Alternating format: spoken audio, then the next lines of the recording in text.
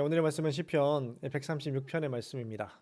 오늘의 시편은 작자미상의 감사 예배시로 유대인 전통에서 대할렐시로 불리우는 그런 시편의 내용입니다. 할렐시는 찬송의 시라는 의미로 축제일에 하나님을 찬양하는 노래를 가리킵니다. 이는 유대인의 3대 절기인 유월절과 칠칠절, 장막절의 공식 예배 때 주로 사용되었습니다. 할렐시는 매우 간결하고 깔끔한 형식으로 이루어져 있는데 보통 자주 사용되고 널리 알려져 있는 말씀의 문구들을 사용하여서 호소력 있고 감동적인 찬양을 이끌어내는 특징을 지니고 있습니다.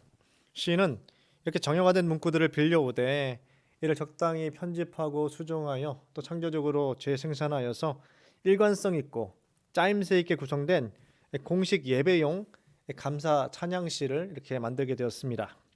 한 절 한 절마다 하나님의 성품과 하나님이 행하시는 일들이 나열되고 화답의 형식으로 하나님 앞에 영광을 올려드리는 찬양이 기록되고 있습니다.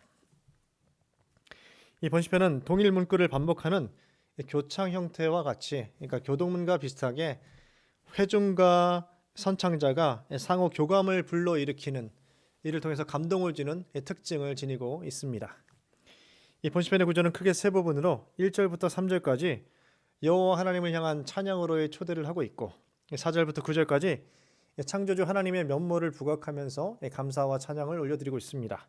또 10절부터 26절까지는 구속주 하나님의 면모들을 열거하면서 하나님의 이름을 높이며 찬양하고 있습니다. 끝으로 하나님을 찬양하는 일에 재초청하면서 이 끝을 맺고 있습니다. 오늘은 1절 말씀을 중심으로 오늘의 말씀을 살펴보도록 하겠습니다. 시편 136편 1절의 말씀입니다. 여호와께 감사하라. 그는 선하시며 그 인자하심이 영원함이로다. 우리에게 워낙 잘 알려져 있는 문구의 내용들이 사용되고 있습니다. 히브리 원문에서는 여호와라는 표현보다 감사하라라는 표현이 먼저 앞서고 있습니다. 이는 감사가 우리의 삶과 신앙에 얼마나 중요한 요소인지를 다시 생각하게 하는 것입니다. 즉 시인은 어떠한 이유나 근거를 제시하기에 앞서 무조건적으로 여호와 하나님 앞에 감사를 고백하는 것이 선행되어야 한다라고 명령하고 있습니다. 마치 정언 명령처럼 무조건적으로 지켜야 되는 명령처럼 이야기하고 있는 것이죠. 모든 이해타산과 욕심과 욕망을 배제한 무조건적인 감사와 찬양을 하나님께 드리는 것, 이것이 바른 신앙의 자세이며 여호와 하나님께서 기뻐하시는 그 마음의 중심이다라는 것이죠. 물론 이것은 자발적이고 자율적인 인격적인 반응을 무시하는 처사가 아닙니다. 이미 하나님께서 우리에게 모든 것을 충분히 허락하셨기 때문에 우리가 감사의 인생을 살아야 한다는 것이죠. 하나님은 하나님의 자녀가 된 우리에게 가장 값지고 고귀한 것을 이미 주셨습니다. 하나님이 가장 소중히 여기시는 하나님의 아들을 우리에게 보내주셨습니다. 또 영원한 생명과 하나님의 자녀됨의 권세와 능력을 우리에게 허락하셨습니다. 그러므로 감사란 조건에 따라 달라져서는 안 된다라는 사실입니다. 만약 우리가 감사할 조건에 따라서 감사한다면 우리의 소원이 이루어지지 않거나 우리의 기도가 응답되지 않을 때, 또 하나님의 부재하심을 오랫동안 느끼게 될 때 우리는 하나님을 원망하고 불평불만을 토로할 수밖에 없다라는 것이죠. 실제로 대부분의 종교다원주의를 추구하는 비교 종교학자들은 처음에는 기독교 신앙으로 이렇게 신앙생활을 시작한다고 합니다. 낙심과 오해, 낭망으로 인해서 또 자신의 기도가 이루어지지 않는 문제가 발생하고, 또 주변에 예수 그리스도를 구주로 믿는 자들의 삶의 태도와 교회의 올바르지 못한 태도를 통해서 상처를 받고 고민하다가 대마와 같이 세상을 사랑하여 이 신앙을 저버린다라고 하죠. 이렇게 진정한 믿음을 지닌다는 것은 상황과 형편에 따라서 달라져서는 안 됩니다. 고난과 역경을 이겨냈던 모든 믿음의 선조들과 같이 신앙 여정의 중간에 낙심하여 흔들릴 수는 있지만 끝까지 믿음을 견지하며 성장과 성숙을 통해서 환경을 초월한 감사의 고백을 드리는 것, 이것이 참으로 믿음의 성도 가운데 이루어져야 하는 신앙의 내용이다라는 것이죠. 감사는 받는 조건에 따라 드리는 것이 아니라 신실하시고 선하신 하나님의 성품을 믿고 그분을 신뢰함으로 이렇게 고백하는 것이 바로 감사입니다.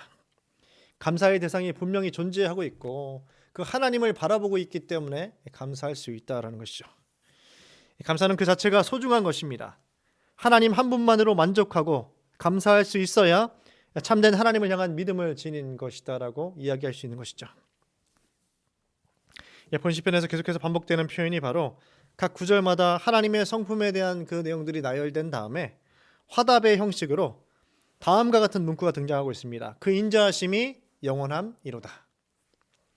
인자라는 표현은 자주 설명을 드렸지만 언약에 신실하신 하나님의 자비로운 성품을 강조할 때 인자라는 표현이 사용되어 왔습니다.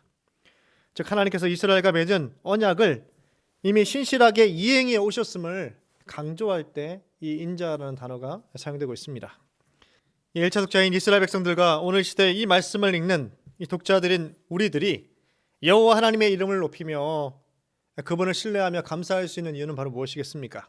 그것은 바로 과거에 하나님께서 하나님의 백성들에게 언약을 주셨고 그 언약을 신실하게 이행해 오셔서 그런 결과들이 축적되어 있기 때문에 우리가 하나님이 행하신 일들을 알고 하나님이 어떤 분이신 줄 알기 때문에 감사를 고백할 수 있는 것이죠.